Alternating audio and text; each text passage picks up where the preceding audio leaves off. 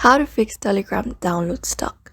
Hello everybody, welcome back to our channel. Today in this video we will be guiding you through on how you can fix your Telegram download stuck. So if you're wondering how you can do that, these are the process you may follow up and you should be able to fix your Telegram download being stuck while you're downloading some media from Telegram.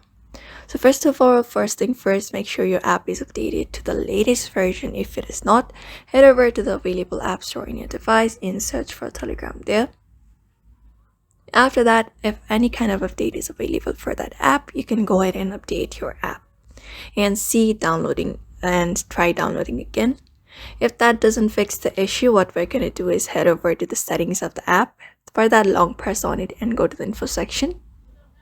After that, under storage, go ahead and clear the cache, and you're going to go ahead and manage the storage also if necessary, and that should probably fix your issue of your Telegram download being stuck. So therefore, follow up the method and you should be able to fix it. So I hope this video was helpful to you, and thank you for watching this video.